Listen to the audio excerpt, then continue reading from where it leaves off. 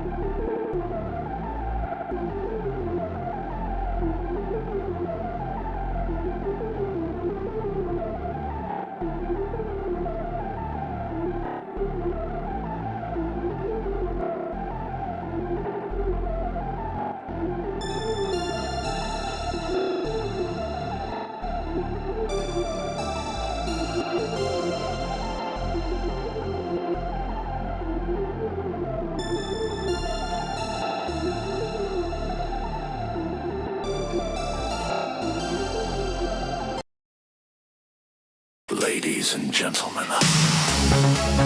boys and girls, I want you to join us in welcoming the world's greatest DJ. His name is Till Mix. Ooh yeah, we partying with ghosts, ghosts, ghosts, ghosts. They're the sexiest. Ooh yeah, partying with ghosts, ghosts, ghosts, ghosts.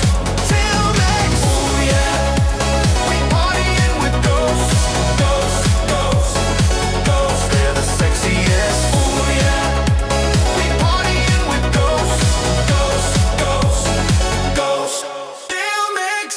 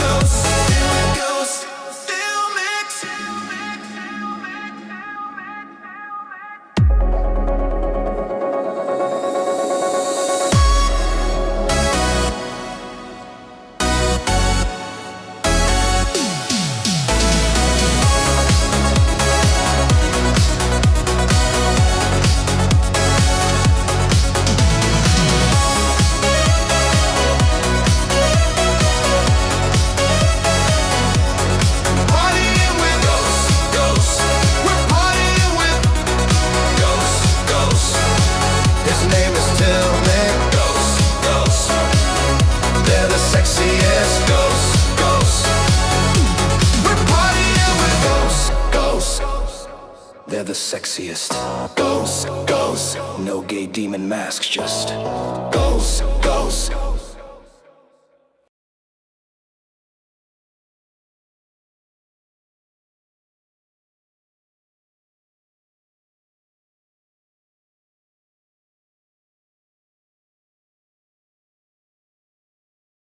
One.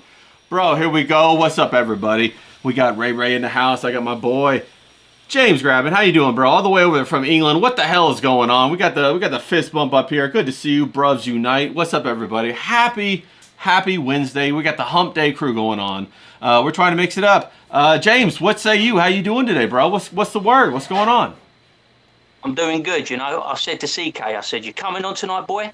You gonna Oh, show yeah? your face in the second hour?" And he was like, "Nah." He's not I'm gonna watching come the on? birds. Oh, yeah? He's watching the birds. He's watching the birds. Oh, is that what he's doing right now? Out there He's a checking. menace, that CK. I'm telling you, he's gonna get banged up if he's not careful.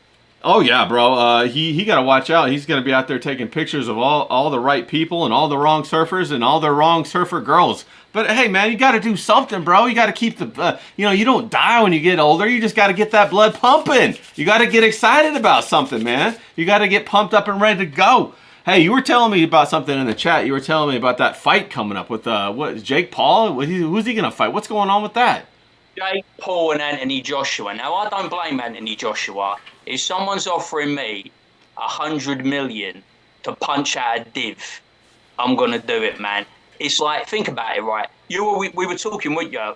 We were talking the other day, and I said I was watching who was I watching? I was watching the Philly game, Philly Green Bay, and Yeah. we were talking for a good hour, and I was like, how the fuck is this game still 3-0 to Philly? Yeah, yeah. I mean, you've got one of the best quarterbacks. You've got one of the best offenses. You've got one of the best defenses. You know, how are Philly not like ripping into this?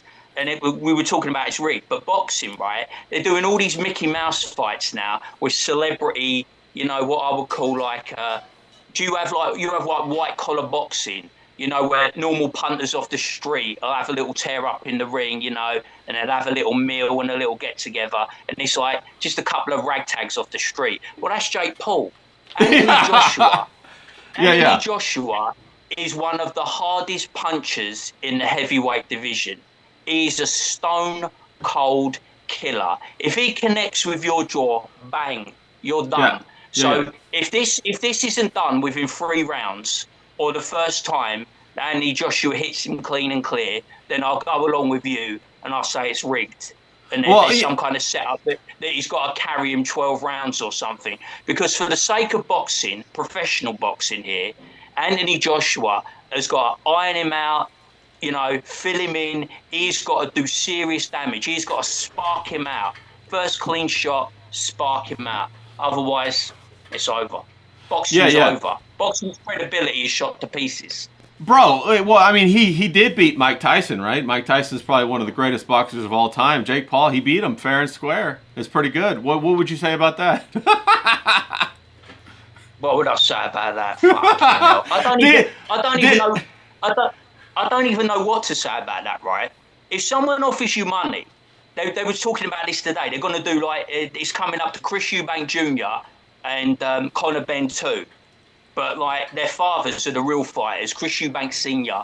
and Nigel Benn. And Chris Eubank Sr. said, "You can't buy me.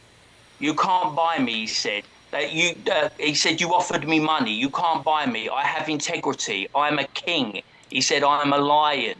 You know what I mean? You can't buy me." Well, you could obviously buy Mike Tyson. If there's a Mayweather-Pacquiao fight, you can buy them because they go through money like water. You know what I mean? They always need that money. Have you seen Floyd Mayweather? He's dropping millions sports betting on some fucking fight. I think he dropped money on the Crawford-Canelo fight. He won because he backed Crawford. But he's dropping serious money. He's dropping millions of pounds. He's got an addiction. So he always needs more money to funnel that addiction. But Chris Eubank Sr.'s like, "You can't buy me, bro." But obviously you can buy Tyson. They were like, "Tyson, carry this fucking guy. Even though you're busted and you're old, carry this guy and get him over and he can have the win and carry on." It's like, shit, mate. Shit. Bro, you saw in that fight, Tyson hit him with one clean punch in like the second round, and then he held him up because he would have like buried him. Yeah, bro, it's all fixed, man. This whole thing is going to be fixed. He was pulling his punches. All that celebrity boxing is crap.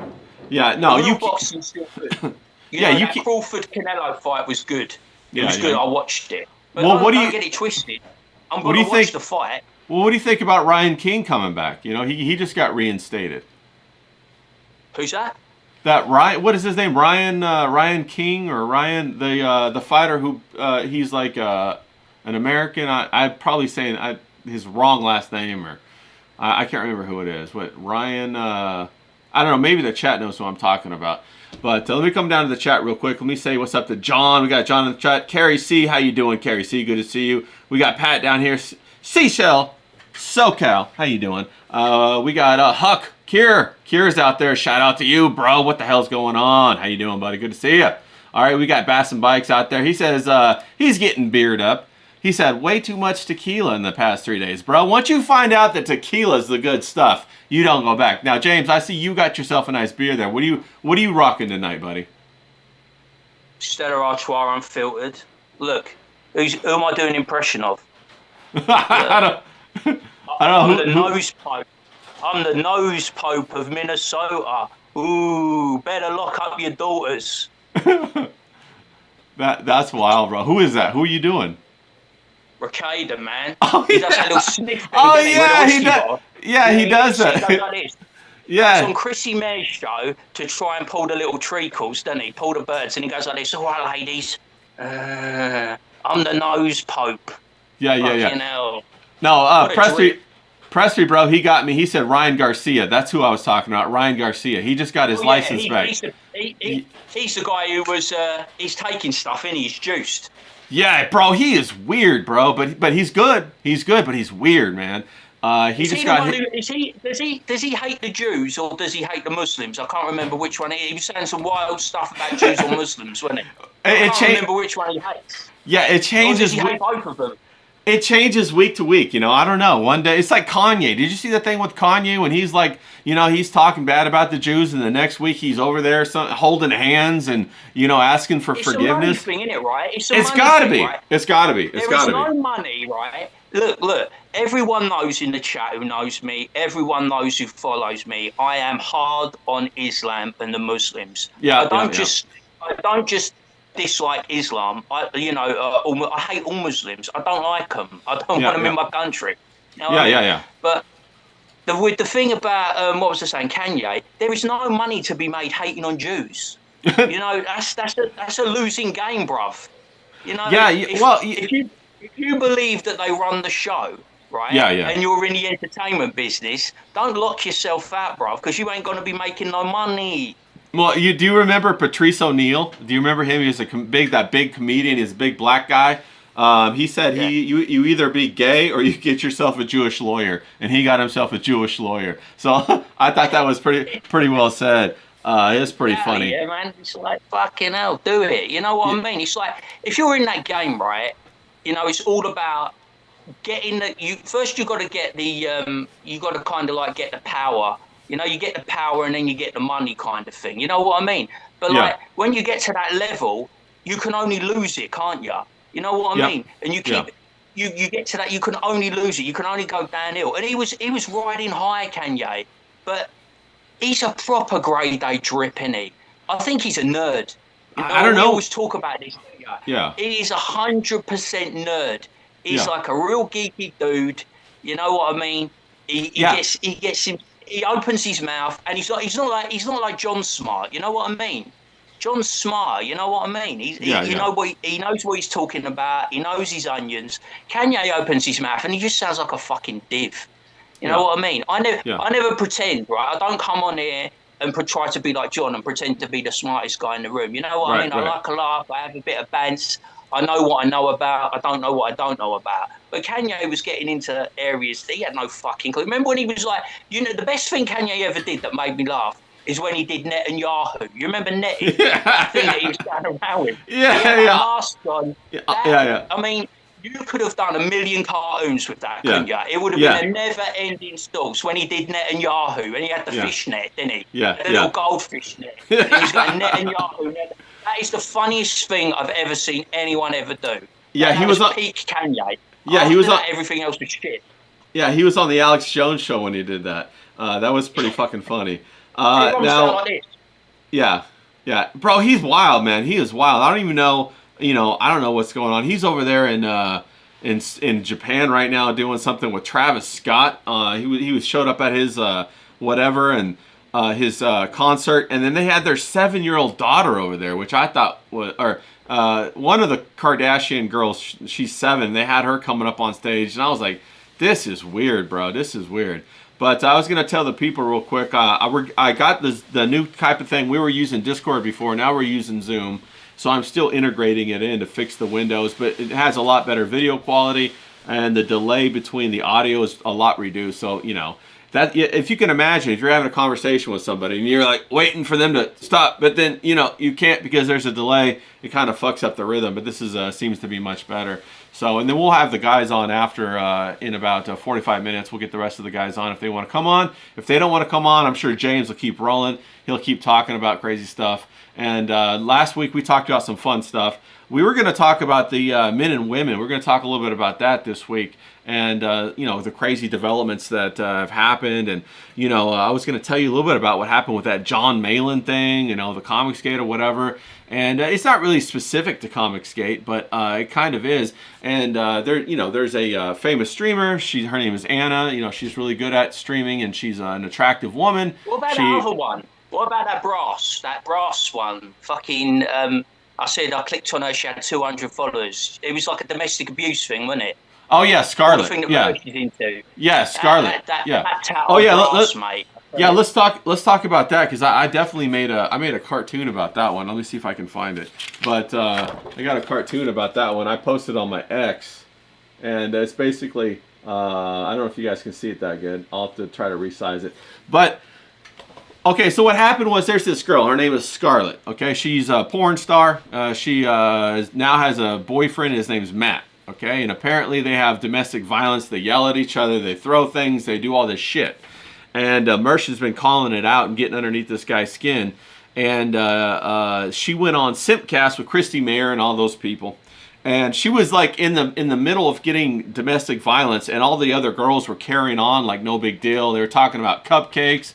They were talking about Skittles. They were talking about, being pregnant and how that changes your body. Who the hell wants to hear any of that shit?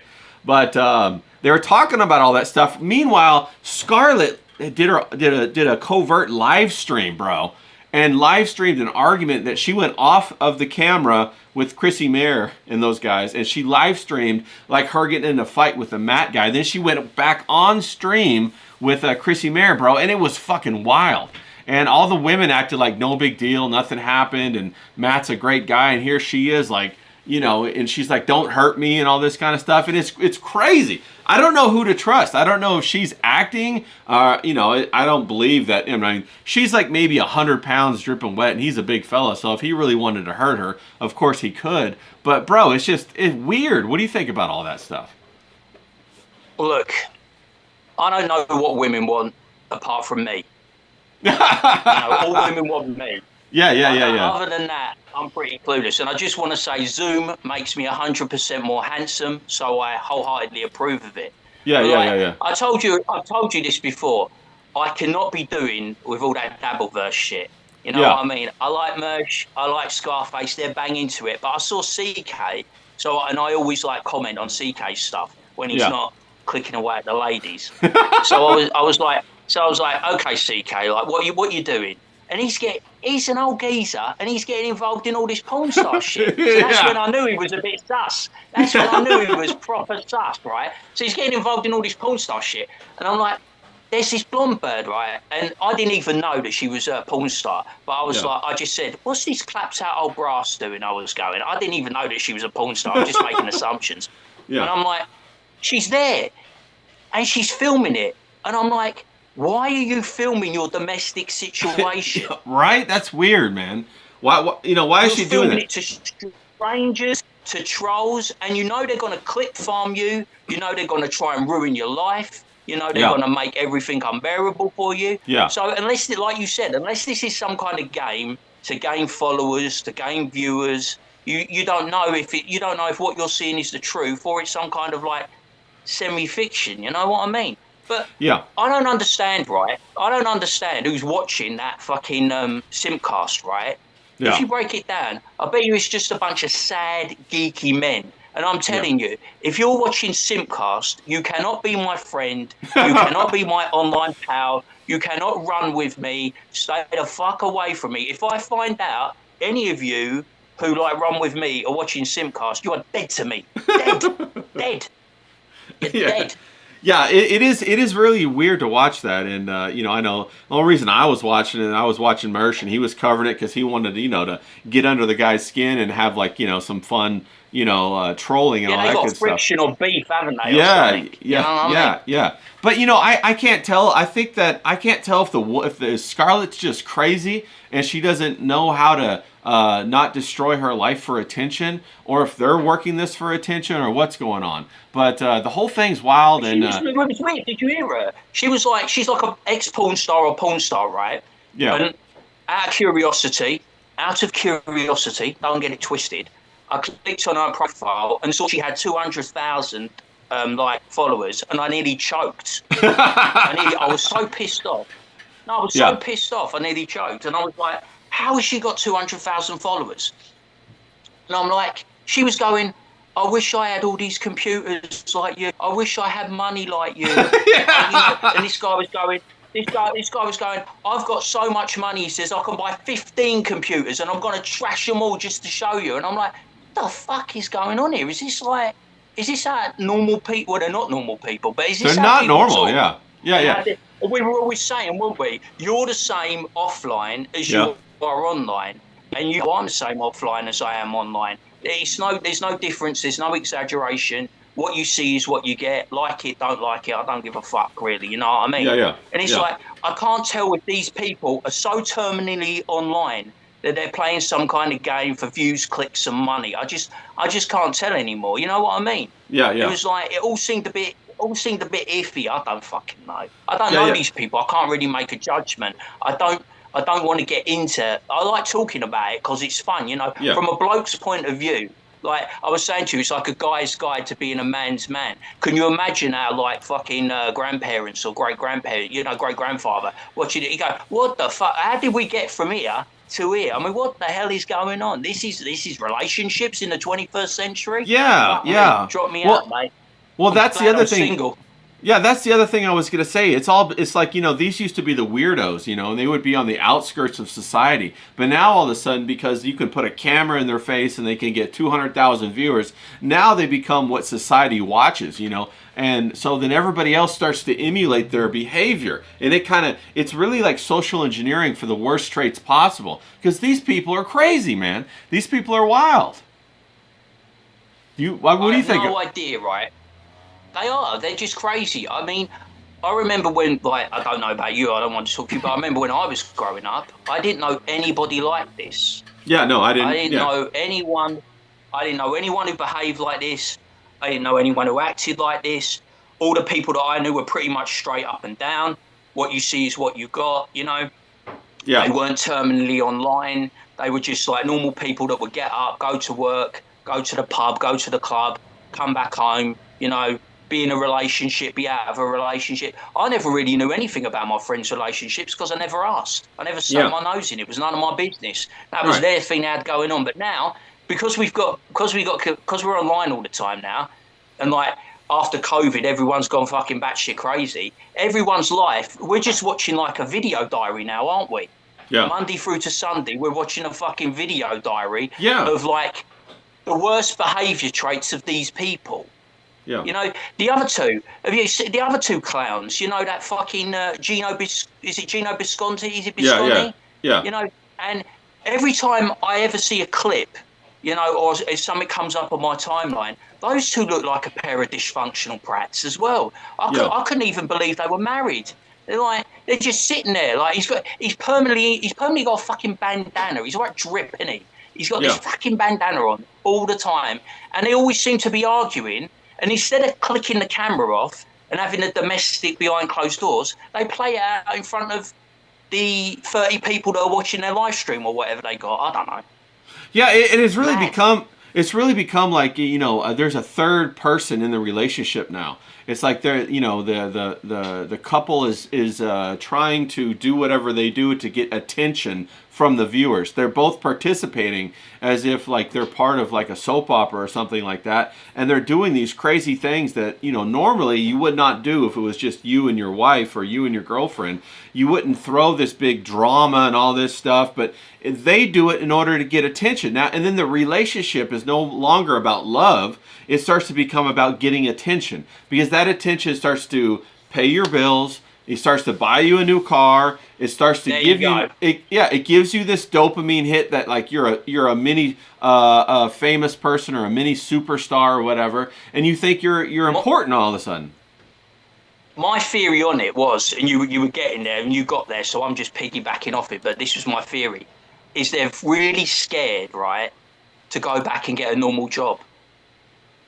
The thought of having a normal job and not being semi-famous, online famous, they just can't fathom that. You know what I mean? Because could you imagine, like, I don't know, I'm just going to pluck a really, like, go back to, I don't know, stacking shelves, working in a bank, working in McDonald's, whatever. I'm trying to think of a job that would really piss you off when you had a bit of online fame. But I think the problem is online fame is kind of fleeting. Like I said with Kanye West, you get to that top of the mountain and the only way is down. And in this game, you attract haters.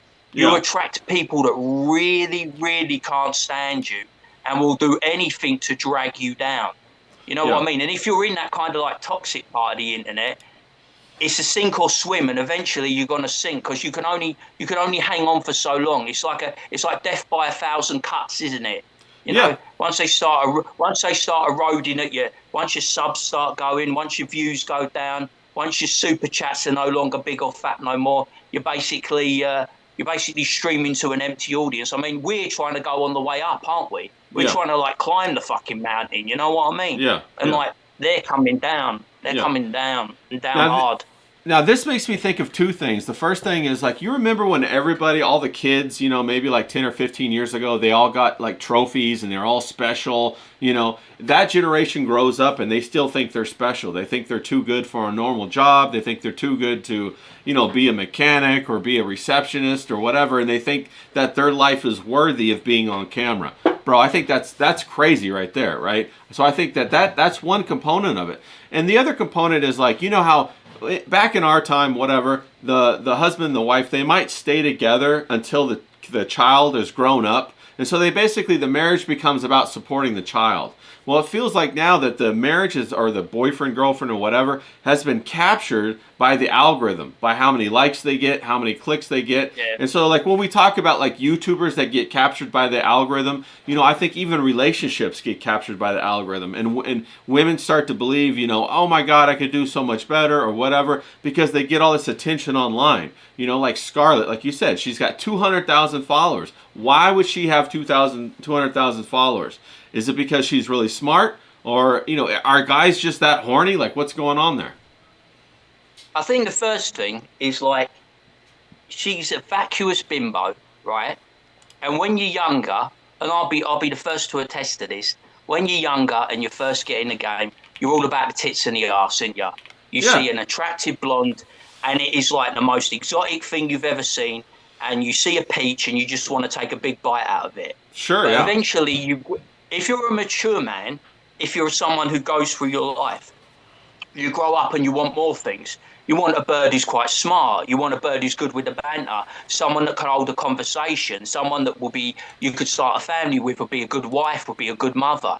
And I think a lot of what we've got here with the people that are terminally online and the generations that are coming up behind us is they're antisocial. They have no social skills. They don't know how to be a man. They don't know how to talk to women. So everything with them is online. And you and me were discussing this, weren't we? And I'm going to use people's names. And if you like it, fine. If you don't like it, you can fuck off. I'm still going to say my bit. I said to you, I have no idea, right, why you get these people in the chat that obsess over people like Mandy Summers, who is married with children, Anna, that Star Wars girl, who is married with children, Yancy Lin, married with children. But you got those geeks in the chat, you know, in the Comicsgate chat or in the Rippaverse chat or wherever. They see a woman and they immediately sexualize her because, oh God, there's a woman in our space. Yeah. It was like when we saw that thing, didn't we, at TwitchCon? That geezer came along and just grabbed that bird and he put one on her, didn't he? Yeah. He just grabbed her and kissed her. Yeah, I mean, Jesus Christ. He just, and then the other guy was like this, the nerd who was there, just stood there, didn't he? Right. Yeah. You and me would have jumped in and ironed the fucker out. You know what I mean? Yeah. Stops him because it's a sexual assault. Yeah. She didn't ask for it. Yeah. That's what we're dealing with here. And another thing, when I knew it was a really sick world, I was watching the news, right? And it was like, you know, when you're at school and you go on work assignment, so you do a couple of weeks' work somewhere, and they asked this girl, and she couldn't have been. I think she was between like 14 and 16. I couldn't quite know. And they asked her, they go, when you grow up, what do you want to be? And she goes, my dream is to be a cam girl, an OnlyFans girl. Yeah. 14 to 16-year-old. Yeah. And because she'd been in, maybe it was her sister, maybe it's something she'd seen. And they go, why do you want to do that? And she goes, well, I'm attractive and I can make a lot of money because I'm attractive. You know, she was from Essex or somewhere, I think. And I was like, fucking sick. A 14-year-old girl and her ambition is to be an OnlyFans cam girl. Yeah. You know what? And she must have, and this is the thing, because they get access to the internet, they see these girls, they see they're raking in the money, but they don't see the ones that are fucking making, what, £10 a night, £20 a night, do they? You know what I mean? They don't see that. They just see the ones at the tippy top, and they think that's a quick way to get fame and get money. And and she was like, you know, I want all the boys to like me, so I kind of let them do what they want. And I'm like, she's fucking saying this on a news channel, and the reporter's just standing there and not saying anything. I mean, it was like, fucking hell. And they ask the blokes, what do you want to be? Well, I want to be a streamer. You know what I mean? I don't want to be a plumber. I don't want to be an electrician. You know what I mean? I don't want to be a carpenter. I want to be a fucking streamer because it's a quick way to easy money, isn't it? Like you said, there's that quick route, and Well, everyone wants to be famous, don't they? Everyone yeah. wants to be famous. Yeah, I think that I'm going to put up forth a theory and see what you think. I think it's a form of arrested development, and I think it's the absence of the father in the household. You said earlier, like, what a mature man wants, right? And so, of course, every guy as he grows up, he goes for the boobs and the butt and, the pretty girl and all this kind of Yeah. stuff. But it's usually his father or his grandfather who says, hey, not this one, buddy.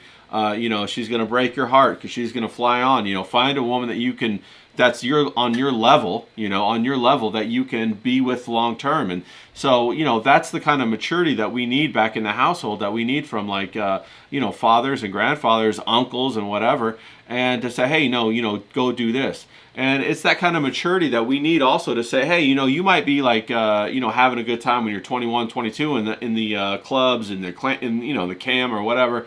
But what's going to happen when you hit 30?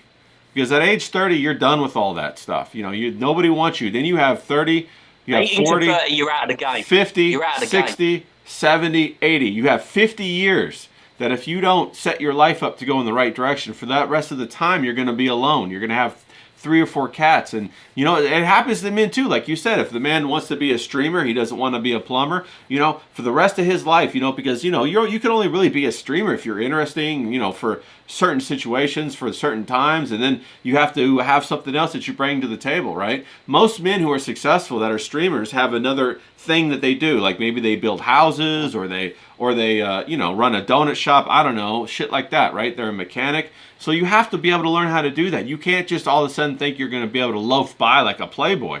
Back in the day, there was only a few playboys. You know what I mean? And they were usually wealthy. And if they weren't wealthy, then they weren't playboys. They had to get a job. You know what I do? You know what? I've said this to you, and like, it's always awkward when you use names because people take it like a slant, don't they? They take it as like, oh, you're digging them out, you're having a pop and that. But I'm not. But I can't imagine, right? When I'm going to use Comics Gay as an example, I can't imagine like Billy Tucci, Aaron Lopresti, Graham Nolan ever envisaged when they were at their heights in the comic book industry, ever imagine that they would be in their fucking 60s and having to do live streams through the night. You know what I mean? Yeah. There's 1,000,001 things when you're that age that you'd rather be doing.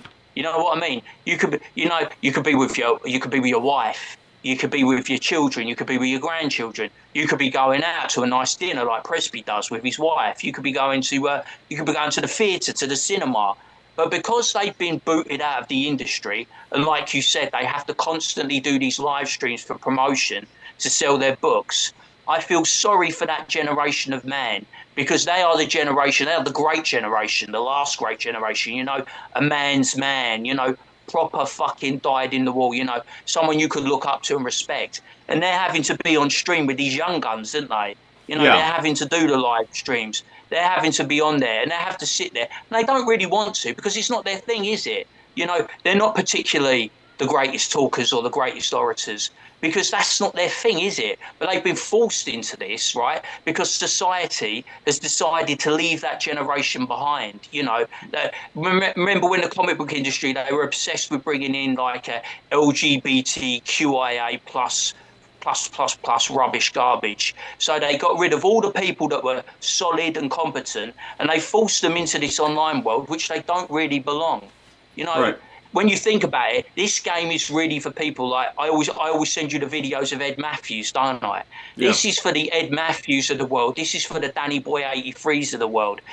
People they're the run and gun guys. You know what I mean? They're chatting up the birds. They're going to foreign countries. They're having this is not really, the online world was not really built for the comic book people to fucking have to sell their wares at 2 or 3 o'clock in the morning. I feel sorry for them, because it's kind of degrading, isn't it, for men of their stature to be degraded in that way. Yeah, no, you're 100% right. And that's why I think, when people do these drawing streams or they do art streams, there has to be another element of entertainment to it, or else it's way too boring. Because a lot of younger people nowadays don't really have the attention span to even lock into something maybe that's an hour long and follow a process. And that's a terrible reflection upon where society's going. And I felt I had the exact same thought you did when I saw like Graham Nolan, Billy Tucci, those guys that were stars in their own day, comic book stars, creating this fantastic artwork, and here they have to come and they have to jump on with these other people that maybe the guy who farts into the microphone, or the guy who does these gimmicks. It's like slapstick comedy. You know what I'm saying? It's strange. It's a really weird. It's awkward for them, isn't it? You sit there, right? Like when you see when you're driving along on the side of the road and you see a car crash, and you shouldn't look, but you can't help but looking. You can't help but look, can you? And that's what I see. And this is no reflection on them as people. I don't know them as people. I think they're good people, like you said, good family men. They've got children, grandchildren, probably got great-grandchildren on the way. You know what I mean? But they have to sit on a fucking live stream, occupy a little box, right? And they have to listen to they have to listen to absolute Belgian bullshit that they don't want. They sit there. You see that? Like they have to sit there and they're like this. You know what I mean? And there's awkwardness there, isn't there? There's like a generational clash. It's like you're saying. You've got the baldy humour. You've got they start talking about sex. They start talking about drugs. It's a bit rock and roll. And you see poor Aaron Lepresti, who's a religious man, going. Yeah. Head down, and it's like. This is what I'm saying, like with you. This is why I roll with you. You are the captain of your ship. You are doing your own thing. You don't rep a hashtag. You don't rep an organisation like Rippaverse. You're not running with the Friday Night Tights crew, the Fandom Menace. You're the captain of your own ship. You're doing your own thing. I'm with you. You're with me. We do our live streams. You know what I mean? And you don't answer to anyone. You make up your own rules, and you stream with the people you want to. There's never an awkwardness, is there? We get a group on, we have a laugh. Yeah. We never put people in situations that they don't want to be in.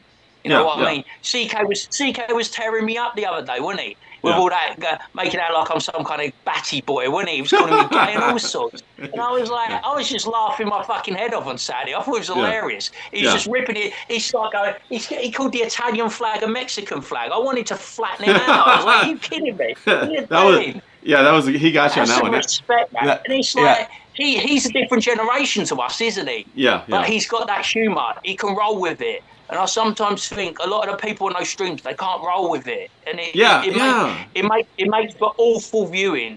I used to watch that. It was the thing. I saw a thing come up on the timeline today, right? And it was like, oh, God, it was a Comicsgate thing. And I was like, oh, fuck. I think it was, Vincenzo. Vincenzo posted it. And I still follow Vincenzo. Yeah. And I was like, there was a drama apparently in a Comicsgate drawing stream. They were saying Liam traced or Liam copied or something. I forget what it was.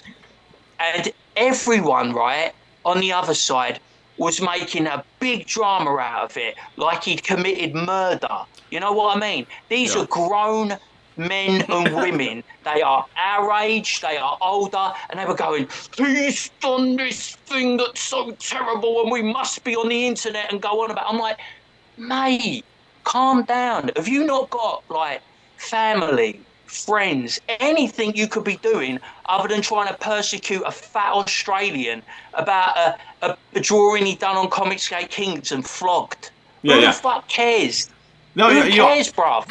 I feel the same way. It's like, it's like being back in like kindergarten or like a group of like elementary school kids who are like trying to pick on somebody, and it really doesn't matter. But you know what's really weird about it is that it doesn't matter, but people do it, and then it gets views, and then people feel validated because they did it, right? Because everybody wants to come see the drama or see what happens, and it doesn't have to be with any specific group. Every group does it, you know. Anything.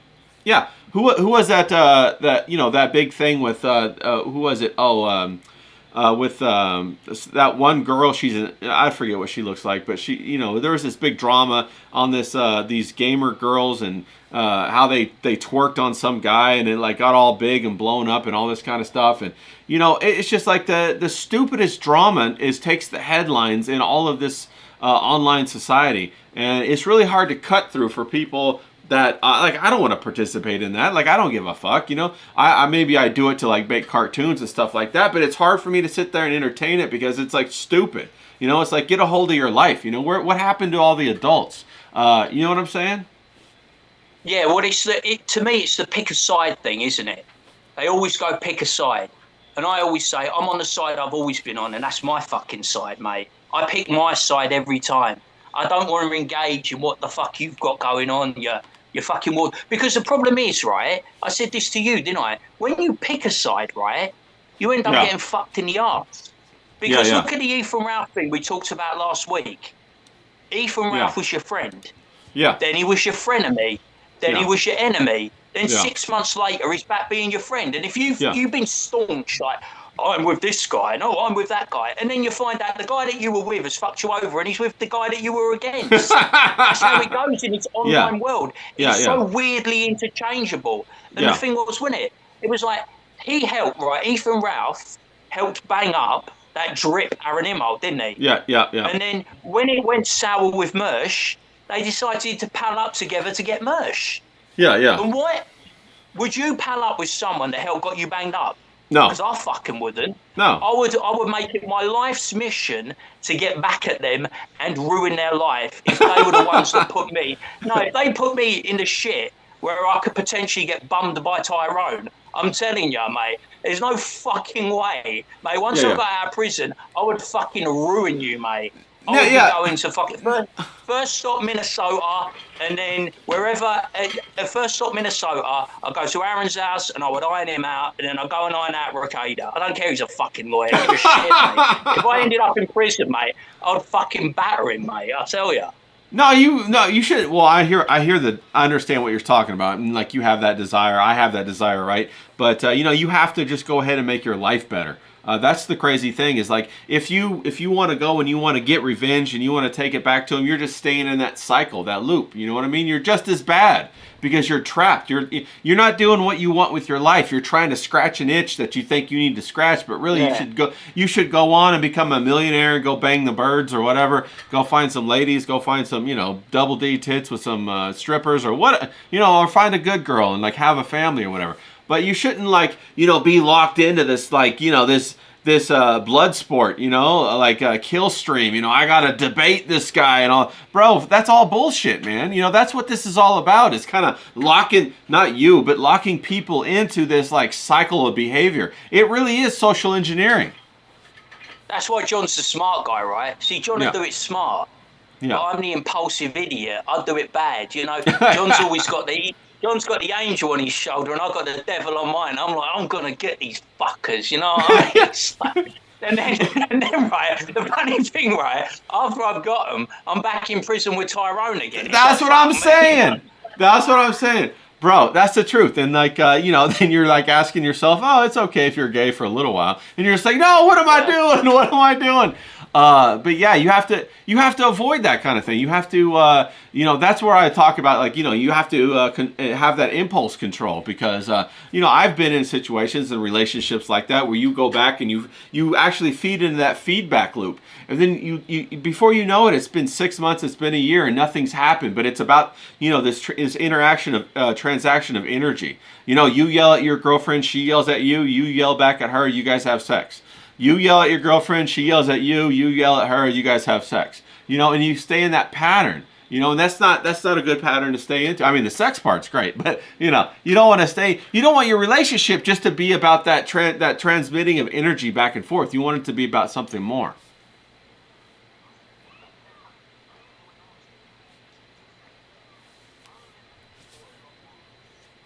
Like, what do you mean loose? How so?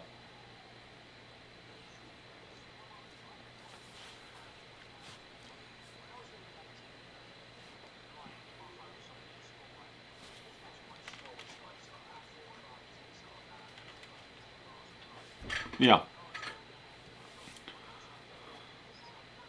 Yeah.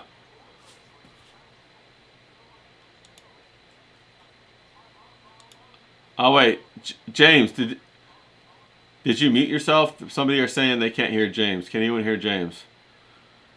What happened? Let me see. Where'd we go? Where'd we go? Where'd we go? What's going on here? James, are you muted? Say something. Is your audio coming through? I saw CK got in. CK got into the chat real quick. Let's see. Is it better? Or are people just messing with us a little bit? Let's see. I can hear you good. Oh no, Mac OS capture. Can you say something else again, James? Oh, I hear. Yeah, no, it's not. What the hell? Where are we at? Wonder what happened. Why did it just cut out like that? Huh. He's muted. All right, I'm checking on. We'll see what's going on. Can you say something else again, James? Let's see what we got.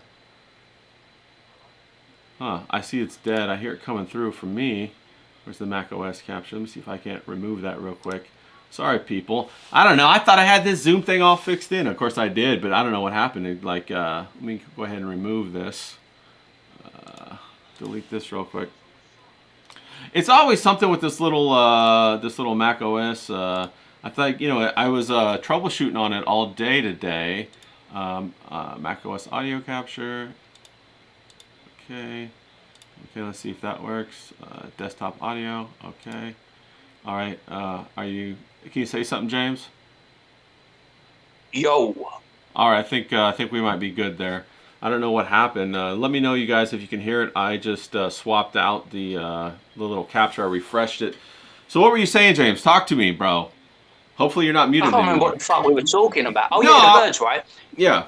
This is how mad it was, right? In one weekend, I slept with 4 birds in the same social group. Okay. And they didn't even care. And it was back at it. It was just one of them things. It was a fait accompli.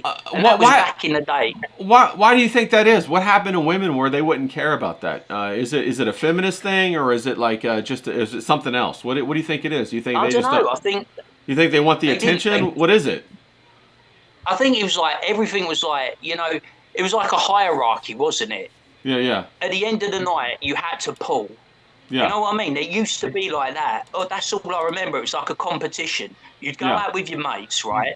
And there'd be 3 or 4 of us. Yeah. And you had to pull. You had to pull the best bird you could pull. Yeah. And it just felt like that for me back then. Yeah. And that was fun and it was exciting. But like you said, it's fun and exciting for a time. It's all very temporary. Yeah. Yeah, it's kind of like, your palate changes, right? When you first start drinking like coffee, you want the sweet coffee, and then as you drink it more and more, you start to appreciate the different kinds of coffee, and then before you know it, you're just taking the coffee black and straight. Do you know what I like? We got CK out here. He's giving you a hard time. He thinks he's finally the PM has got a beat on you. The Prime Minister of England's coming after you, bro. Trying to knock out your audio. Maybe that was it. I don't know, but. It's because I was talking about you, Mr. Cameraman. I know what you've been up to. You are sus, boy. You are sus. Yeah, then we got Grass out here. Shout out to Grass. He was trying to help me troubleshoot the audio real quick. I appreciate that. But, it's the truth. There was a time when girls wouldn't want to share their boyfriend. How come that's okay now? Why is that fine? I have no idea. Is it social media? Is it social media that does that? Is it the attention? I think what it is, right? I think this is what it is. This is the only thing I can point of. I don't know how it is in America, but in the UK, they've got a real downer on family. Yeah. A real downer on family. And when it comes, they've got a real downer on white families, right? They tell white women, they say, you can have it all. Yeah. But what you've really got to concentrate on is not getting married, not starting a family, and concentrating on your career and climbing the corporate ladder, and then you get to your 40s and they're done. You know what I mean? They're no longer at their peak. They're no longer at their beautiful best. They're no longer, sexually desirable to certain men. Too late to start a family. But the funny thing is, right, they make it really, really easy for illegal migrants to come to this country who are hell-bent, right, on having a shit ton of kids. Yeah. And they make it really easy. Like we've discussed before, they give them the houses, they give them the benefits, they give them all the groundwork, and they're having all the kids. You've got a Muslim family. You've got a Muslim family that's got about 10 kids, and you've got the white families that got nothing. Yeah, that's exactly. Darren says, Darren, what's up, Single with Darren? no kids. Good to see you, DY. He says that's what they're doing here where he lives. He lives all the way up in Central America, North Central, back above Kentucky, Indiana area. But it's 100%. You're 100% right. It is social engineering, and they're marketing to these white women, especially, to try to get them to go to their jobs. And it's funny now how the jobs are, right. Well, Darren, I didn't want to dox you on where you live, bro, but yeah, Indiana, bro. But it's funny because they try to make it seem like the best thing they can do is have this job, and then now all of a sudden, the AI is going to replace all the jobs that the women do, right? They're not going to replace any of the jobs the men do, just all those stupid email jobs. And it turns out that, I don't know if you heard this, but in America, like something like 70% of the federal jobs are given to women, and they don't really do anything. Like that's wild. So it's basically this fantasy social welfare for women after they go to college, get a job, get with the government, and the government takes care of them. So the government becomes their man. They don't want no man because they got the government. That's kind of what we got going on out here. It's a strange thing because sometimes I think about it. John probably knows better than me.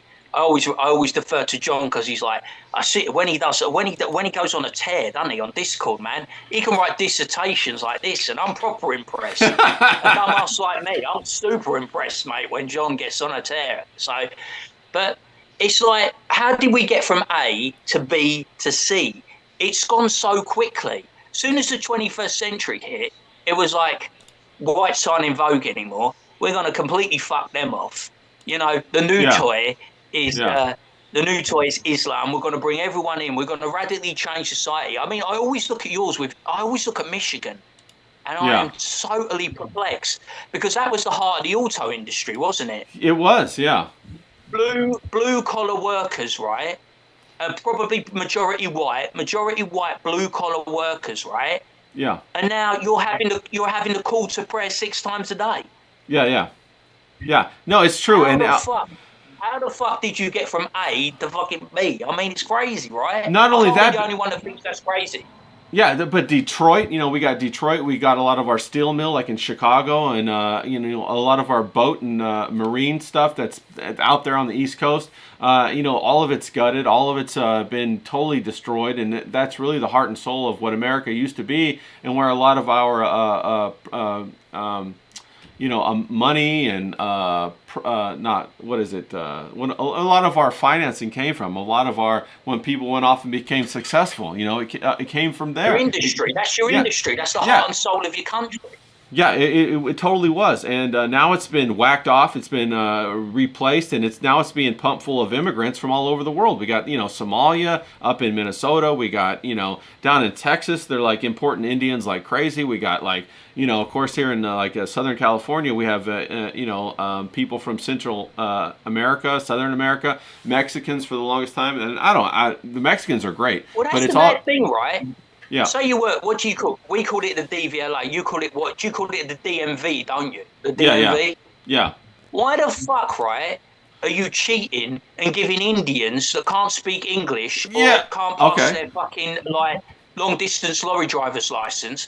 Why the fuck are you putting them on the roads, right? Your first duty, right? Your first duty is to take care of your citizens, the born and bred citizens. So why are you putting them in danger by giving people that are not qualified a license to go out on the road and do long haul haulage, and you're getting people killed? Who's giving them the order to fucking hand out fake licenses and fudge the tests? Who are these fucking guys? It's the truth, and there's a lot of people that are in California that can attest to how difficult it is to get even a car registered here. You have to get it smogged, you have to get it checked, there's so much you have to do, and it's so expensive. And here, these other immigrants come in and they kind of get all of the red tape cut for them, so they can go to the front of the line, they can get all this stuff taken care of, and like you said, they don't even have a name put on their license, bro. That's crazy. That is crazy, and it just goes to show that the policies that we've been living by don't amount to anything, and they can be removed at any time. People can be replaced at any time. So then what's the answer? What should we do? Should we just focus on ourselves, on our lives, on our family? That seems to be what we should be doing. What do you think, Because James? my frustration is, right, you go on that night, don't you, when the election night comes? And I'll talk about yours because the audience is mainly American.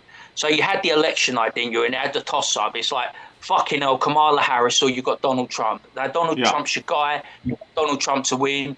And he fucking wins, right? Yeah. And then nothing changes. Yeah. Nothing changes. Your guy wins. How many times have I said to you, right? He's done fuck all. He's literally done fuck. How many like policies has he got passed through Congress or you know your version of Parliament? He's just signing executive orders that when he's not in power can just be rubbed away. He's not actually doing anything concrete, is he? He's not setting anything in stone. He's just sitting there on his hands, and he goes on TV and he goes, "Yeah, I'm the best president that there's ever been. You know, we're doing bigly things, bigly." It's like, mate, you've got this once in a lifetime golden opportunity where you've got all three branches of government for 2 years, and you're not doing fuck all. Right? Well, you should be out there helping, which makes me think he doesn't want to do fuck all. And it's like a uniparty. It doesn't matter whether it's Democrat, Republican in my country. It doesn't matter whether it's Conservative or Labour. It's basically, how can we fuck you more? Because we're just about to have a budget and they're going to put taxes through the roof. We basically, you might as well turn our pockets out and you're going to find small change. We are so poor in this country, so poor and reduced. We used to be the standard bearer. I know America like to think they're the big deal. But back before America were the big deal, United Kingdom was the big deal. You know, we had a fucking empire. You're right, Gave it all away, but we had an empire. We conquered the known world. Yeah, you know? And now we're just this tiny, little, insignificant island that would betray its citizens for a bunch of foreign hordes just like that.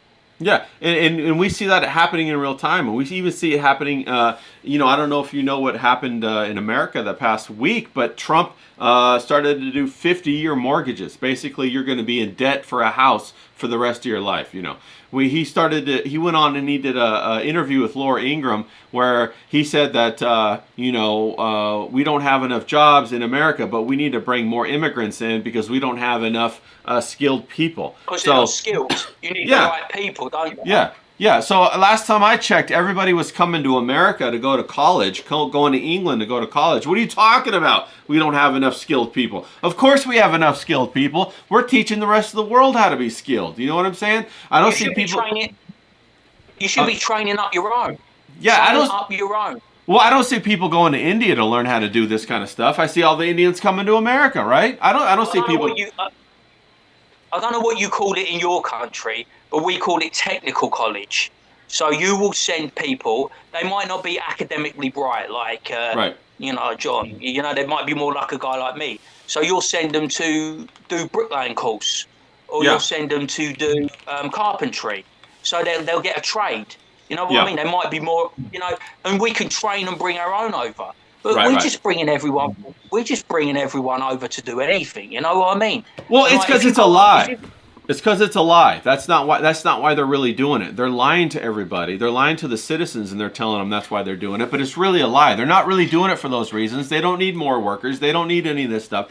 Bro, they're building brand new houses in America right now so that investors can purchase them and then give government subsidized houses to immigrants, right? Those brand new houses aren't for citizens. They're for immigrants to come in and not pay for it. Think about that. That's crazy. I'm sure you're seeing that in England a lot too. Do you want to know what the lost generation in this country is? It's white males. They are the poorest performers, right? Not white females. Females always perform well academically. But white males perform so poorly academically now. They are getting left behind in school. They're getting left behind in college. They're getting left behind in life.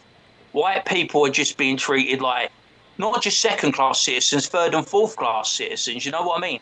And the way you see this country going, we were on top.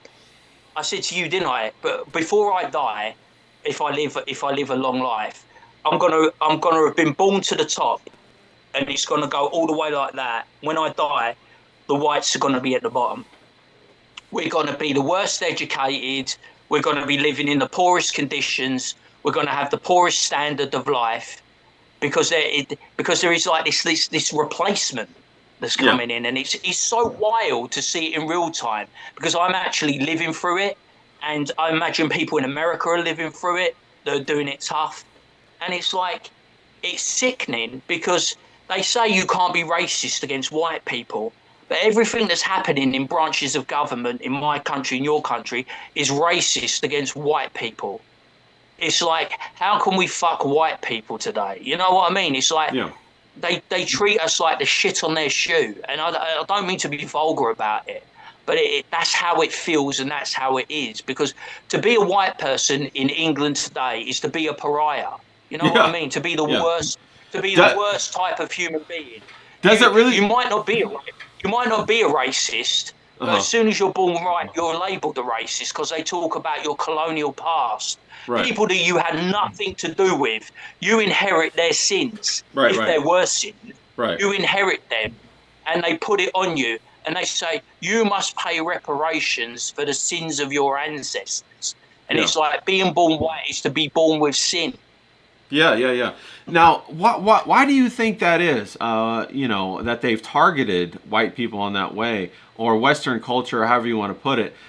Is it because when I look back and I see that German, at the turn of the 19th century, Germany was coming up to be an industrial power, and that England didn't want to be eclipsed by Germany, so they started the World War I kind of thing going on.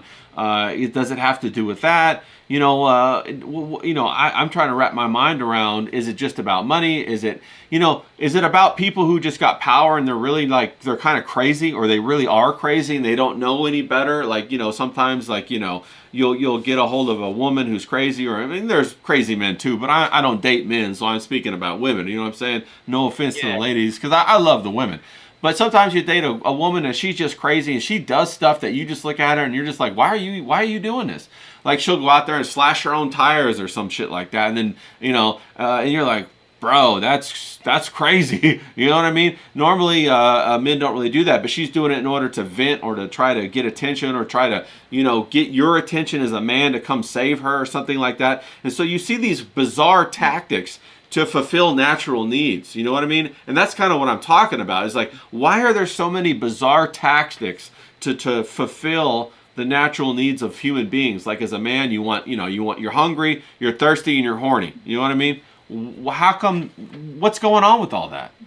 I think there's been a philosophical change in how people are, and I think there's people like me who are grounded, who live in the real world, and then there's people like in my own family. There's people that didn't go to university, and there's people that go to university, and they're very philosophically different. I think once they get to university, you've got 4 years. You've got 4 years to capture them, to indoctrinate them. Oh, okay. You find lecturers in this country will basically take their thoughts and feelings and impart it on their students. They don't teach them. The curriculum. They teach them thoughts and feelings, and then they take those thoughts and feelings out in the world and manifest. That's how it is. That will be the people that you will see on pro-Palestine marches. You try to talk to these people, someone of my generation will try to talk to that other person's generation. And have you seen it when on the videos where they just shout and scream in your face? Nonsensical garbage. Yeah. That's what it's kind of like here 24/7. You can't talk to these people. There's like a barrier that they put up, and their thoughts and feelings, they're very emotional. They're not rational. Right. You know what I mean? Like they've lost that sense of rationale. They can't understand where you're coming from. They just understand where you're coming from is not where they're coming from. So they make you an antagonist. They make you the other. They make you the racist. They make you the bad person. And that's kind of what's happened in this country. We have a generation now that is completely disconnected from every generation that's come before. Say my grandparents, my mother and father, my generation, they just can't communicate with us. They have a totally different way of thinking, and it's been imparted on them by university lecturers, politicians, societies, clubs. They have a weird view of this country, like it's evil. I saw someone online, right? They asked the black guy, and he goes, "If you could get rid of one country in the world, what would you get rid of?" And without even taking a beat, he said England. Oh, He said because Wow. he said everything that's gone wrong in the world stems from England, and England's like on white racial superiority. You know that thinking. Yeah. He wouldn't even. He doesn't think Germany was a big deal. He thinks England was a big deal. And it all stems back to that. And if you notice, the two countries that are the most hated countries in the world are England and America. That can't be a coincidence. No, you're 100% right. And I want to welcome John to the conversation. Let me just go ahead and make sure that he can be pulled up. And let me see here. We got to get John on here. Got to share the video. Bear with me, people. This is my first time getting this Zoom thing going, so I'm excited about it. And just look at my handsome face. That's right. So I want to. There we go. We got John up in here. I had to increase the participants. I didn't realize that, but fantastic. John, welcome. We're talking about some heavy stuff. I'm glad you came on to help us sort it out a little bit. What are some of your thoughts? You got me on there, but you don't have James. I think see James on the screen. Oh wait, where'd you go? I'm watching the YouTube stream right now. No, yeah, I think it bounces. I think it bounces back and forth between who's talking.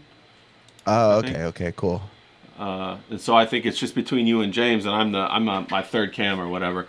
James, say something real quick, so we'll see if you pop back up just to make sure it's working okay. Yo. Yeah, you're still here, buddy. Okay, cool. Let me go ahead and just change the shape of this guy. For some reason, don't worry, women. I'm still here. There's a bit of chest for you. There we go. Okay, good. We're back. Okay. So, John, what do you think's going on, buddy? Thanks for popping in. Welcome. Thanks for having me. Yeah, I'm glad you're here. I just wanted to say, if James has seen my fucking Twitter today, I've been on fire fucking shaming these bitches today. You'd be like, wait, this is not the same guy that I'm calling an intellectual. He's more sounding like me right now. Because some hideous creature posted, Sydney Sweeney has a great body, but her face is a 3 at best. She's attractive. I don't think she's like the most beautiful woman in the world. I'm from Miami. There's a million better than her. Yeah. But, I mean, if you look like you got hit by a truck, don't fucking say that she's a 3. Yeah. No, I gotta agree with you on that one. I think Sydney Sweeney's easily above a 7. She could do. I'd say in that range. Yeah, 7. She could do catalog work. She could do fashion work. She's not like a supermodel, but she's very, very attractive. 100% on that. John, what's going on with? We were talking about. James was talking about the replacement. He was talking about men having a hard time. He was talking about. You guys have covered a whole bunch of stuff today. Yeah. We kind of went crazy today. I think James was wound up, and I was excited to take the ride with him. You know what I'm saying? I was excited to talk about some things. But I just wanted to touch on something. Yeah, what do you got for me? You guys were talking about earlier. When you guys were talking about all the streamer drama, and you were like, no one is like that in real life. But you know what? That's not actually true anymore. Ever since The Real World, which was like the first reality TV show, where they start normalizing these fucking psychopath people on a screen, and they bring like the worst people in society and like make them act like they're just wild animals. Yeah. It normalized that in people's heads. I've had this theory for a long time because I've seen people change, people who watch reality TV, and it's like they think, oh, this is real, so this is how real people act. Maybe I'm not aggressive and crazy enough. And I think that's like really, really changed society in a way that we're just now kind of really starting to see. Is that like main character syndrome? Would you say that's what that is right there? Well, that people see that and then think that they're not, that they're supposed to be that way? Well, people watch like these reality TV shows or whatever, and they think, well, I can do that. I can just start to change my life and make myself the center of everything that I come in contact with, and kind of make me the main character. That I think it's more like they see it and then they're like, oh wait, this is how people actually act this way, and it starts becoming like, hey, this is how people act. and it's like a brainwashing in a way, you know. Yeah, That's my view on it. James, what do you think about that? Do you see a lot of main character syndrome people? Main character meaning that like this is my life. You know, it's a movie and I'm the star in my movie. What do you think about that, James? Everyone wants to be the star of the show, don't they? Yeah. They can't all be like me. They can't be a generous individual, right, who doesn't want to do his own streaming thing. I just want to come on stream and help out my pal Ray. That's what makes me better than all of you. I'm better than all of you. No, I'm just fucking around. You know what I'm saying? I just want to like help my pals out. You know what I mean? Yeah. I don't give a flying fuck. I don't give a flying fuck really. I'm like, I joke about it, don't I? I'm like, Jesus, I need more followers. Jesus, I need more women. But at the end of the day, I don't really give a fuck. You know, I come on here, I have a laugh with my pals, and that's my mentality. But a lot of people out there, they all want to grab the brass ring, don't they? They all want. You can't all be the captain. You can't all be the captain of the football team. You can't all be the boss of a big corporation. You know, you need chiefs. You need. Well, actually, I don't want any chiefs. Get rid of them. Extinction level chiefs. You need chiefs and you need Indians, don't you? You need those type of people. That's what you need. And this Sydney Sweeney thing is mad. This is how mad, like, ugly people, like, drips on the internet. When you think you'd be turning down Sydney Sweeney, if Sydney Sweeney knocked on your door, they wouldn't even know what to fucking do. They'd drop on the door. 3 hours to lift it up. The problem is, right, everyone's giving Sydney Sweeney a hard time. One, because they think she's a Republican and she likes Trump. And two, oh no, the world's ugliest half-caste woman, Zendaya, doesn't like her no more. I won't do any PR with her, you know, for Euphoria. Zendaya hates Sydney Sweeney, so I gotta hate Sydney Sweeney. Well, fuck Zendaya, she's ugly, mate. She's a paper bag job. I wouldn't shag her with someone else's. So Zendaya can just shut the fuck up, mate. If Sydney Sweeney, on the other hand, knocked on my door, I'd be like, you all right there, darling? I'll be like that, mate. I'll be like, fuck. Yeah. Now, John, don't you think that there's nobody who hates women more than ugly women? Don't you think that's how it is? 1,000%. You know, women in general don't really get along that well because they view each other as competition. Some women can. It's not, you know, I'm speaking in generalities, right? But some women can, but in general, most women just do not like each other because they view each other as competition.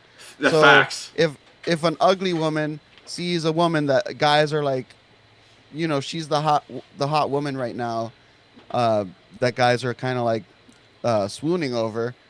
So all the ugly ones are just gonna be like, oh, she's hideous. She's just a 3 at that. Like, what? Yes. What the fuck is wrong with you? Yeah, they try to devalue her. And then, bro, the wildest thing is when you see the profile pictures of these women that are talking down to Sydney Sweeney, and they look like SpongeBob SquarePants or whatever. And you're just like, what the hell is going on? How does this girl, this older woman, think that even have the wherewithal or the gumption to even comment on her looks when she's not even a 1 or a 2? It's wild.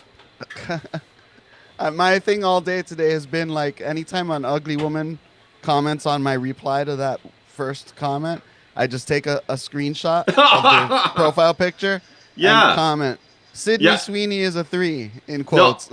No, I think I saw you do that. I think that's why it's fresh on my mind because I think I read one of your tweets like that, and I was like, dude, what the hell is going on? And they all want to like if they can't have it, nobody else can. James, do you ever see that? Do you feel that? Like, have you ever dated women that if they can't have you, then nobody else will, and they'll try to like destroy your life or whatever? Have you ever experienced anything like that?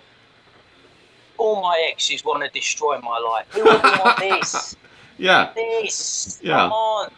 Yeah. No, it's like they get buyer's remorse after they ditch the old James Grabber, mate. I tell you, and they see me with another sweetheart, they get buyer's remorse. No, I don't know. You know, it's one of those things, isn't it, in relationships? It's like, you know, you want it. As soon as you see it, you want it. Yeah. And when you get it, you realise you didn't want it in the first place sometimes. Oh, my God, that's so true. Sometimes you get it, and it's so fucking good. You cling so hard that you ruin it. I've been in both those situations. But the best thing that ever happened to me was a girl called Donna Tate, right? She was so fucking good. Right? And this is this is my hero moment, right? So I'm sitting here in the bar, right, and I've got a beer like this, Yeah. and it's 10 o'clock, and I've just walked in. So I'm Yeah. sitting here with a beer, and she walks over to me, right, and just grabs me and kisses me, takes my hand, and I'm out of the club at 10. Pulled without pulling. That is elite level. I did that once in my life. That was elite level. Yeah, But yeah. like the funny thing, the weirdest thing that I think about, John was going on about ugly women and all that. Did you see the thing, right? I saw this article in a magazine where they said Kamala Harris's stepdaughter was the best looking woman in the world. Oh, And I'm like, What? yeah, fuckers I saw happened, that. bro? Yeah, I saw that. She's the best looking woman in the world. Are you fucking crazy? Yeah. That was the Wow. craziest thing I've heard all year. I think her name's Emma. Is it Emma or something? Is something Emma? And they said that she is the elite. She is the tip top. She's taken over the fashion world, and she's a fucking rake with no tits. I mean, what are we doing with women now? Bro, Is this? Why do we have to say that this freak show is the best looking woman in the world? It's mad. Bro, she's a guy too. You know that, right? Who? Yeah, isn't Kamala Harris's stepdaughter transgender? I think it's a non-binary. Oh, is it? I thought it was a dude. I thought it was a dude that was dressing up like a chick. All I know I mean, is they it's a try to. Here, I'll look it up real quick and see what's going on. But no, you're right. They try It's to crazy. look like in between, you know, when they're non-binary. It's like, how can we look like not a woman and not a man at the same time? Yeah, Ella Imhoff. Yeah. Yeah, I'm looking at it right now. I'm trying to let me see if I can't pull this off. See what's going on. But yeah, no, you're 100% right. It's crazy. They're trying to swap out what they're trying to change what men find attractive, and that's crazy. John, I mean, like, what the hell you think about that? They're always trying to tinker. Why don't they let men like what men like? What's going on here? You know, I just think that women like to control things, and so they want to, you know, try and control what we like. They want us to like them, the ugly ones, and not, you know, not really be interested in the pretty ones, because that's a standard that they're never going to live up to. Right.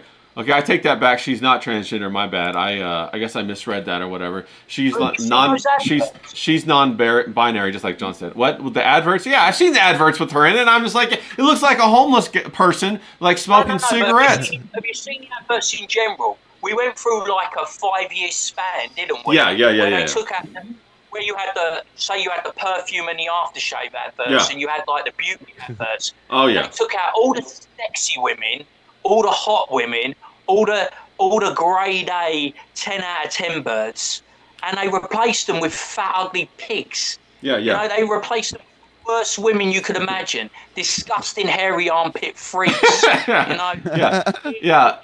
Weird looking skeletal women, you know, That's true. transgender freaks. No, it's true. No one wants to see that. That's not the beauty perfect. You know, that isn't a body perfect. We don't want to see, when we look at beauty product, we don't want to see ugly people modeling clothes. We don't want to see ugly people on the catwalk.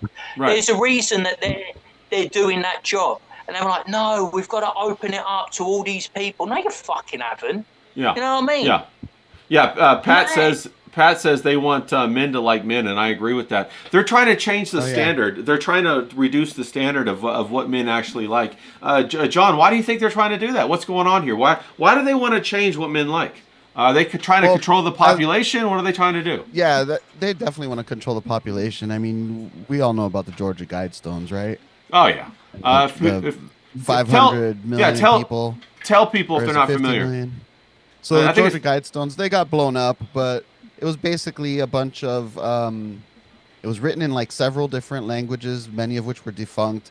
It was put there in secret. No one really knows who funded it. And it basically had the laws that they wanted, like the laws, I guess the laws of nature, whatever nature they're trying to make. And one of them was, I can't remember if it was 50 million or 500 million, but they wanted to reduce the world's population to that. And yeah, I mean, look at everything they've done. And you know, Pat said they want men to like men. And you know, we all watch Revenge of the Sis, and they always say like they convince these women to get these plastic surgeries that make them look trans. They totally do. And I thought that was what was going on a long time ago. They're trying to lower the bar of the feminine beauty so that the trans men can look more like men, and this, I mean, more like women, and so that normal men, because haven't you guys noticed this? That like that whole community, they want a straight man. They want to, basically deceive or get a straight man to go with a trans woman. They don't want like a gay guy or whatever. They can't just be gay. They got to do this psychological thing where they bend a straight man. Like, what's that all about? That's some crazy shit. If you want to date a trans woman, then you're a bigot, right? Yeah. Isn't that what they say? No, that's exactly what they say. Yeah, James, what do you think? Have you ever had any encounters with any of these trans men coming after you or anything like that, or what's going on? I'm a red-blooded male. Look at me. I don't go anywhere near these people. Do they have any of that in England? Or, I mean, you guys got a lot of Muslims and stuff like that, so I'm guessing maybe not. I don't know. What do you have? You know what? So that's so weird, isn't it, right? We've got, I've told you in it about the Green Party and how the Islamists have hijacked the Green Party, but the leader of the Green Party is a gay guy, and they're all about transgender issues. So it's weird how you've got these meetings of divergence. You know what I mean? You've got a party that's half gay and half Muslim, and they're trying to take over. And it's like strange bedfellows. You know what I mean? You can't quite work it out. So like you and John are always talking about with your big themes, it's like there's got to be some kind of weird thing going on here. Because why are the Muslims palling up with all the gays and the trannies? Yeah. You know what I mean? It's like a bizarre thing. I don't understand it. I don't want anything to do with it. I like a woman to look like a woman. You know what I mean? Yeah. That's what I like to look at. All the women that I chat with online, I like them to look like a woman. I like women. I've always liked women, and I still like women. And I want more women to like me. So follow me, get me, everything. Yeah. John, what do you think is why are these strange bedfellows? Why is the pro-Palestine people also the LGBTQ people? And if you were LGBTQ and you went over to the Middle East, they'd throw you off the top of a building. Why is that going on over here? What's that all about? Do you have any ideas on that? Actually, I saw recently, it's an old interview that Candace Owens did with he's a Muslim guy, but he's like a westernized, he left the Middle East, came here, found out, hey, wait a minute, there's this thing, freedom, and it's great. Okay. And he was telling her about, there's different sects of Islam, and some Islamic, they basically, there's no centralized authority like the Pope for Catholicism, right? Right. So you have a bunch of priests, and each one has their kind of vision of what Islam is.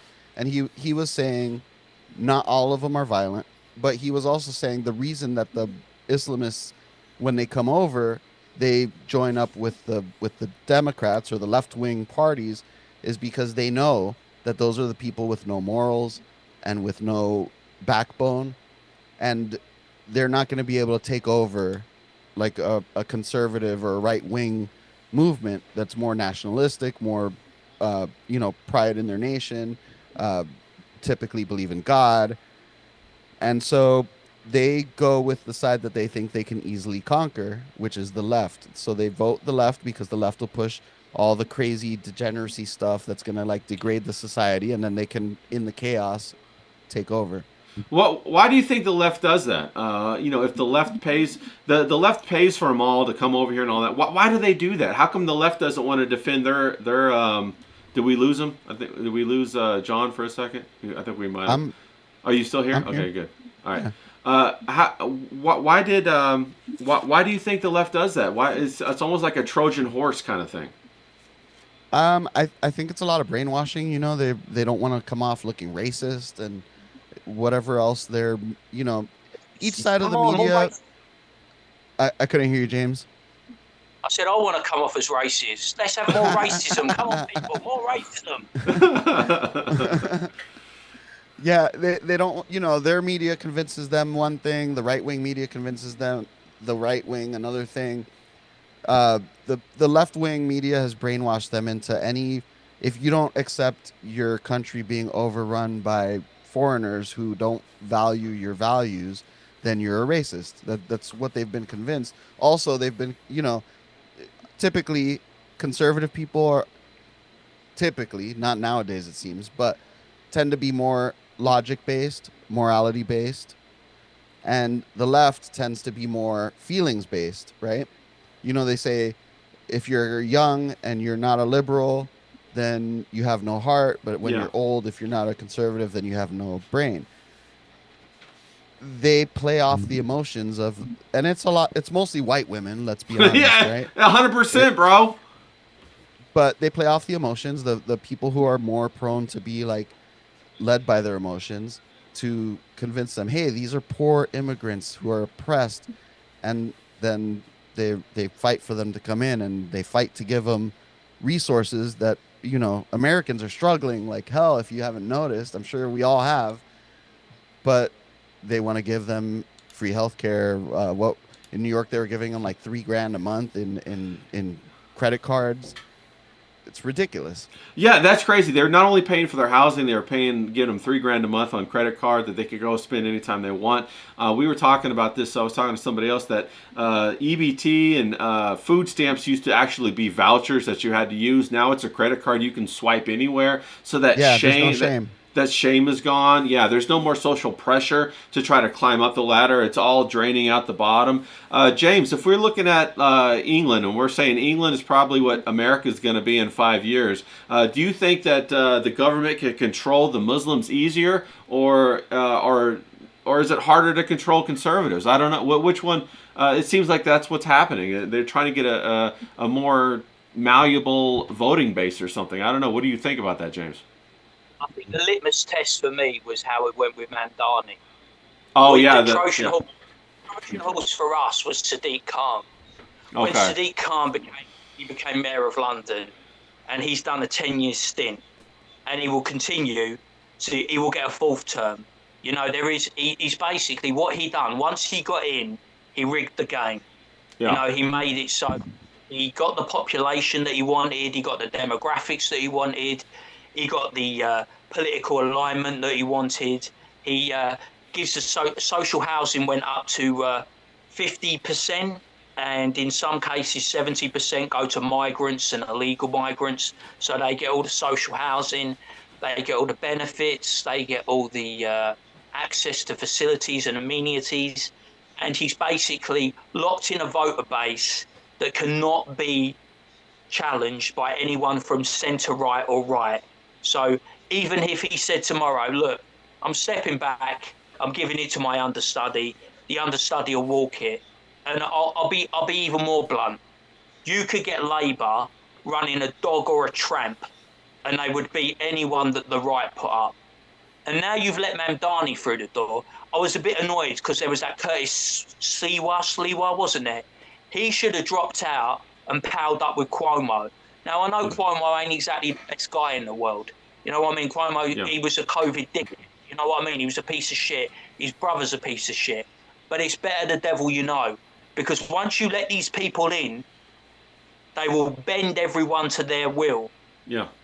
He will turn New York. Like I said to you, didn't I? It's easier in England. You've got a bigger canvas, so it takes longer. In England, we've got a very small canvas. You can do it in a short amount of time. I mean, you can fit England in California. You know what I mean? So you can take over in a short amount of time. It will take longer to take over America. But once they've got New York, that's your bright, shiny, golden apple. Yeah. It's now being run and led by a Muslim.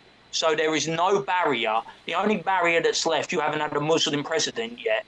Yeah. But who's to say that skyrocket Mamdani in? Mamdani might go straight away. He might go mayor, president. Well, I would say to that, I think Obama was Muslim. But John, I wanted to ask you. It seems like what they're doing in this replacement is creating a caste system. Don't you think so? And the reason, here's the caste system that I'm thinking about. When they stopped the EBT for all those people, there were so many people who went on and posted videos that saying that how we owed them the money. They weren't going to work, that we as the taxpayer owed them the money. So the taxpayers have to work. They can never retire again in order to support these people who don't want to work. That's a caste system, isn't it? Isn't that not? You think that's why they're bringing in so many Indians because they're familiar with the caste system? What do you think about that, John? I think that it's an attack on all fronts. You know, most of us who voted Trump, primarily the main thing we wanted was get all the immigrants out. Yes. Now, I'm more extreme than most people on that front because my personal view is get anyone who's not a citizen. Bye. Americans don't have jobs. The jobs don't pay enough to survive. Bye. Sorry, we're not you're not our responsibility. But most people are not as extreme as me on that. They want the illegals. You know, the illegals gone who are taking the jobs. What did they do? So there's no one really knows how many illegals there are in the country. There's somewhere between the low estimate is like 30 million. The high estimate is like I think I've seen 65 is the high estimate. Yeah. I did some calculations. By the time Trump gets out of office, if he continues the pace, which it seems like based on the news, he's kicking everybody out, right? Yeah. If he continues at this exact pace, we're going to have about 1.2 million immigrants gone. That's it. And So not really a dent at all in the whole not a immigrant dent thing. at all. Yeah. Now, so we still have the illegals taking the low wage jobs and making them pay less to where Americans won't do the farm work. I worked in a marijuana industry. If you pay Americans $20 to work on a farm, they will do it with a smile on their face. I promise you. Yeah. But when you have the illegals doing it, they're not going to do it for that wage. Now, on top of that, Trump is bringing in 600,000 Chinese, they say students, I say spies, because that's where all the research happens is in the universities, right? Yeah. Yeah.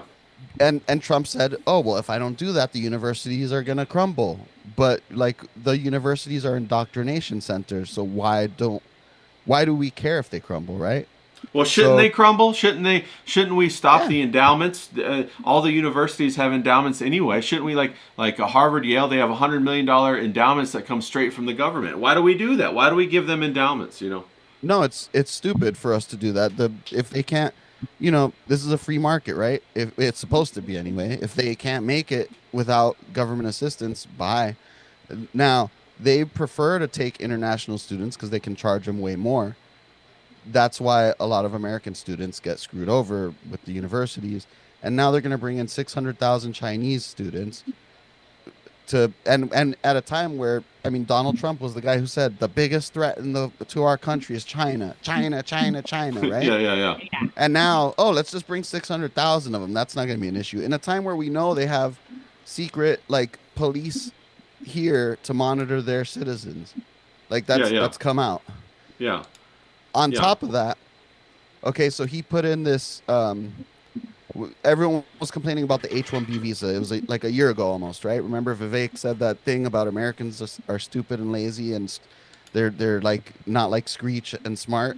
Yeah. Do you remember that? I sure do. Yeah. Yeah. So the Trump base got really pissed about the H-1B visas because it's a problem. I have a nephew. He's a computer programmer. He's a genius. And he can't get a job in the industry. Yeah. And hold on, my camera went haywire. I was going to say, I think it just froze for a second.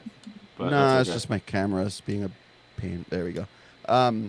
So, you know, he's a genius. He can't get a job in the tech industry because they're bringing in Indian H-1B migrant workers to do those jobs. So now we have the low-end wage jobs getting taken by lower wage migrant workers, the upper and middle class jobs getting taken by Indians who are taking 70% of what an American would take to do the job.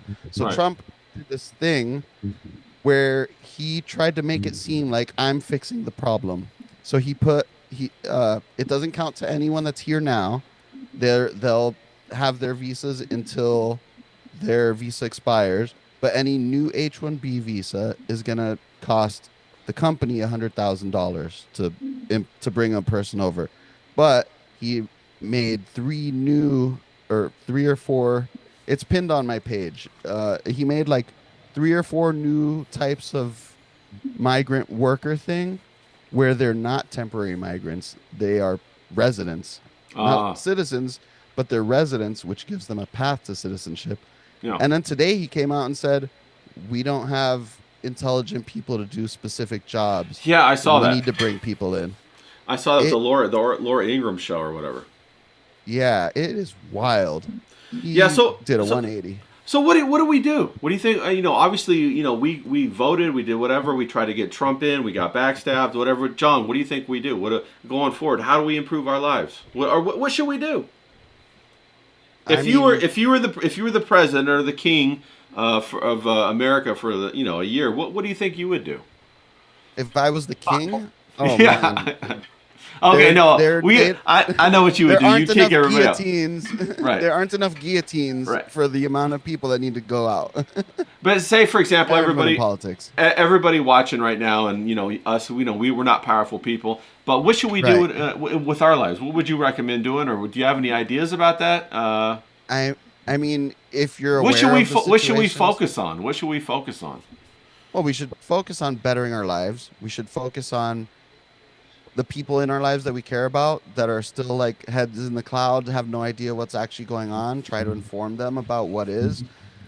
If everyone next election said, you know what, this is bullshit, the system's rigged, and 50% of the voters said, nah, I'm not voting, it would send a big message. It won't fix the problem, but it'll at least, we're never going to beat them in the earthly realm, right? Yeah. But it would at least send them a message. Hey, we got to do something because they're going to revolt. Yeah. They need to be, even if we never revolt, they need to be fearful that we might one day. Mm-hmm. Because that's the only thing that'll change anything is if they're afraid. Yeah. Yeah, that's the truth. James, we're coming up on 2 hours right now. What do you think? What's going on? What do you think we should be doing? We're going to wrap it up here pretty soon. So give me some thoughts here. John's absolutely right. We should focus entirely on me and making my life better. yeah. That's fantastic, bro. John's right. John's right, though. We're all joking aside. John's right. Universities are indoctrination centres, basically, and you're making foreign and domestic enemies. You know what I mean? You've got the enemy within, and you've got the enemy externally. You know what I mean? You don't want to. And I'm with John. I don't think John's position is extreme. In my opinion, I think in our country it's like 70,000. I want the 70,000 illegal immigrants gone, and I also want legal immigrants gone. I want this country to be as it was, with a solid white majority, to be a Christian country, to not be a country that's gonna give away its heritage to Islam, to Muslims. It might be different for different countries, but our problem is Islamic, it's Muslims. I don't want to see this country do a 180. I mean, I don't really give a shit if this country's atheist. Do you know what I mean? Or like France, sectarian. I don't care if it's, I don't care. It's just long as it's not Islamic. Yeah. And as long as white people don't go from the top to the bottom. And the only way that you can sort that situation out is by removing all illegal migrants and stopping the illegal boat crossings. Yeah. You have to do something. You have to draw a line in the sand until you find a government that are willing to do that and suffer the blowback and suffer the consequences from the European Court of Human Rights, European Court of Justice. Until you're having someone who's willing to stand up for sovereignty of nations, flags, national anthems, borders. That's what you need, Yeah, no, that's how it's got to be. You're completely right. And as we wrap it up, John, we're seeing right now how a whole bunch of video games, the video game industry is getting shaken up right now. They're starting to get rid of all their DEI programs.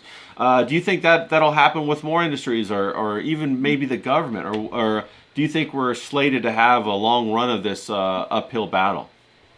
I think it's going to be a lot of back and forth on that end. I mean, they're saying that they're getting rid of these departments, but Disney keeps on making these. One of my friends I'm in a Discord with him and some other friends who are very political, and he's like kind of like the normie. He's like our compass of like, okay, are we too extreme right now? Yeah. And he has kids, and he was telling us that he can't turn on a Disney movie without there being some kind of trans character or gay character or something that's just like not for kids. Right. And these are supposed to be kids cartoons.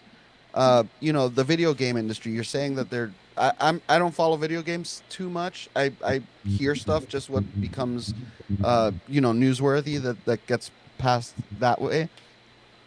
Grand Theft Auto 6, they're gonna have gay pride parades, and I guarantee you they're not gonna let you run those things over. You can destroy anything in the game. You've played them. They're not gonna let you do that. I guarantee it. Yeah. So I don't know. I think it's gonna go back and forth. It depends on who's in power and what's. Trump is kind of screwing things up to where the right-wing people are not gonna. They're gonna disengage, and that might be part of the plan too. Have the right-wing guy screw up so bad that the right-wing people are just like, I don't care anymore. It's possible. Yeah, that Trump solidarity is all gone. We'll definitely have to keep our eye on entertainment, because I really feel like, entertainment, all of politics is downstream from entertainment and culture, and we'll have to see how that goes. John, I know you're going to start a podcast up here pretty soon. Where can people find you? Well, you can find me on X, 3RD Rail Podcast, or you can find me on YouTube and Rumble. The show is called The Third Rail, and the @ is Third Rail Politics for both of those. Fantastic. Now, James, tell me, do you have any? Are there any birds on the horizon? Are you eyeballing any ladies, or what's going on? Do you have any social agenda? Come on, tell me something good. I need to end on a good note. My offline life is sweet as a nut. My online life is always complicated because it's so hard, isn't it, to navigate these online worlds? It's like, It really is. does my humour come across? You know what I mean? You can't really get nuance online, can you? Everything is a bit blunt. You know what I mean? People take everything literally. That's why I always try to be a bit tongue. I saw this girl the other day. She was at the gym. She was dressed out in a blonde. She had the white tracksuit. She had the white puffer jacket. She had the black hair. She was a proper Chad princess. But I just gave her a quick Chad squeeze. princess, I love it. That's awesome. I was like, "You're right." I just spoke to her. I was like, "You're right, darling, Ash Tricks." And she's like, she looks at me and she goes, "Yeah, I'm all right." So I was like, but like online's funny. The funniest banter I have online is with Dewey. I love Dewey to bits, and she hates me. I think that's how I relate. You know what I mean? It's like a love-hate relationship. I love her to bits, and she hates me. And she's way smarter than me. So we have these little meme wars, and she's always wiping the floor with me, but I'm always making out like I win. You know what I mean? That's a state of play, really. It's a state of play in the love life of James Grabham. But my DMs are always open. I'm a sociable man. I'm an approachable man. I'm a well-dressed man. I'm a good-looking man. What more do you want, ladies? I'm giving it to you on a plate. That's I'm giving it to you on a plate. Yeah, follow entertainment. Yeah, follow both these guys. Both these guys are great guys. I have conversations with them all during the week. Both John and James, we chit-chat about a lot of good stuff. And, they both saved my ass from this social world and this crazy world that we go to and we go through. And I try to have I'm so blessed to have you guys on to be able to entertain me. It's a high point for my week on Wednesdays and Saturdays, and I always look forward to it. So thanks, guys, for coming on. And we'll catch you guys next time. Trio online. Greatest trio online. Got the art guy, the dumb guy, and the smart guy. So let's get on. What are you calling me dumb for? What are you talking about? I don't get it. I thought he was calling me dumb. Every friendship group has got to have him. The beautiful, big-mouth dumb guy, and that's me. Come on. Yeah, that's right. All right, everybody, we're going to get out of here. We'll be back on Saturday. We'll do a live on Saturday at 11 and then have the guys on at noon, and we'll just get back into it again. Hope maybe we'll talk about something more fun, a little bit lighter. We really covered a lot of stuff this time. This mailing thing. Oh yeah, there's that John Malin thing that we could cover. But hey, to be honest with you, we just go where it goes, man. We just stay popping fresh. We get the interesting things, So James, thank you. John, thank you. You guys kick ass. Everybody else kick ass this week and have a good rest of the week. Happy hump day, everybody. All right, we're out of here. Boom.